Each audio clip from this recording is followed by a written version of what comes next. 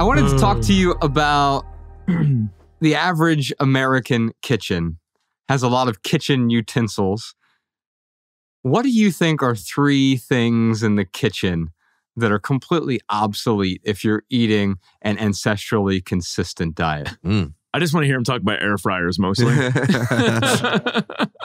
Well, you don't need a toaster.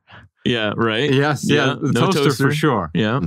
I'm just thinking of the Airbnb that I stayed in. They had a Keurig, so I'm not a fan of. Yeah. Yeah. I mean, why would even if you're drinking coffee, you're not going to make Keurig coffee, right? No. Yep.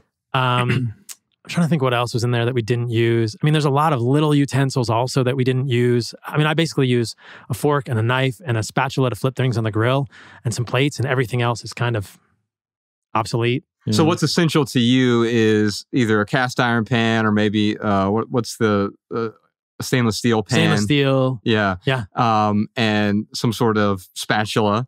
Yeah. And you obviously are avoiding anything with Teflon or nonstick coating. So anything with Teflon you could consider obsolete. Absolutely. Right? Yeah. Why is that? Again, we're back to PFAs. We're back to forever chemicals, perfluoroalkylated compounds, and the Teflon, it chips off. It ends up in the food. We know that Teflon also aerosolizes when you cook on it. So, yeah. So I started to unpack the Airbnb a little bit when I got to the one in Los Angeles, and I opened the cabinet. And before I'd come to this one, I was talking to the property management company, and I said, do you have nice pots and pans? Because I really need to cook on stainless steel. And they said, oh yeah, we've got good stuff. I know. And I opened the thing, and it's all Teflon. I texted them right away. This is not going to stand, man. This is not cool. And he said, oh, they must be somewhere else. And we found that for some reason, the cleaners had moved the nice set of cookware to another closet in the house that I had to go find, and then some sequester the shitty cookware somewhere else. But I was freaking out a little bit. I was thinking I was going to have to go to Crate and Barrel and buy my own pan because I will not cook on Teflon. So what's up with the stainless steel versus the cast iron?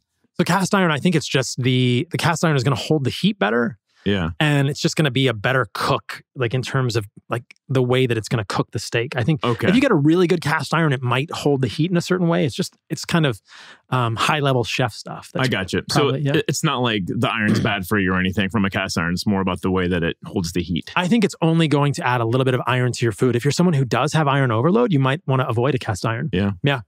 But again, it's minimal. It's small amounts. Yeah. Some people benefit from cast iron if they have low iron. So we get rid of the toaster. We get rid of anything that has a non-stick coating on it. One might say anything that's plastic as well, right? We're definitely getting rid of the dishwasher. Oh, okay. Talk about that. Yeah. So there's actually been some studies looking at people are not going to like this. There's like a biofilm that happens on your dishes that's probably beneficial for humans. This kind of wraps into this idea of a hygiene hypothesis, and that we're overly clean as humans, and we're probably meant to have a little bit of dirt and a little bit of biofilm on our utensils. And so it finds that people who use dishwashers have a less diverse gut flora, I believe. So I don't like dishwashers because I think philosophically, I just want to clean the dishes and then put them away. I don't like putting things somewhere where they're just sitting and I can't use them. I just don't like dishwashers. Totally agree. I've never used a dishwasher. I've lived in houses now because growing up, we didn't have a dishwasher growing up in the house. So like, why would I? And then I move into a place that has a dishwasher. I'm like, I don't get it. Like, this is how I wash my dishes. So I like the fact that you use baking soda and you use vinegar to, I assume, to clean your countertops as well. Yeah. So you don't require, so maybe another obsolete object are all of these fragrant filled cleaners that are all over the house. And they're doing the same thing. They can potentially disrupt the gut microbiome by sterilizing everything.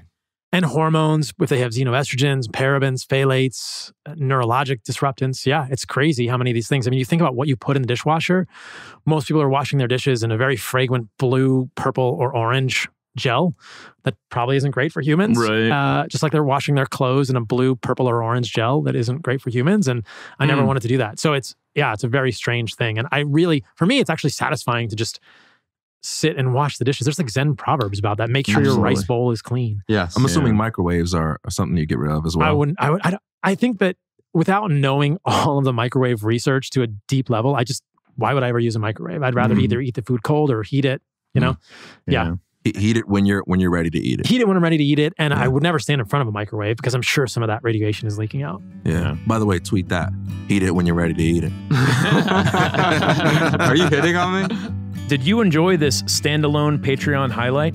If so, you can listen to full episodes of the Minimalists private podcast available exclusively on Patreon. Visit patreon.com/theminimalists or click the link in the description. Your support keeps our podcast and YouTube channel 100% advertisement free.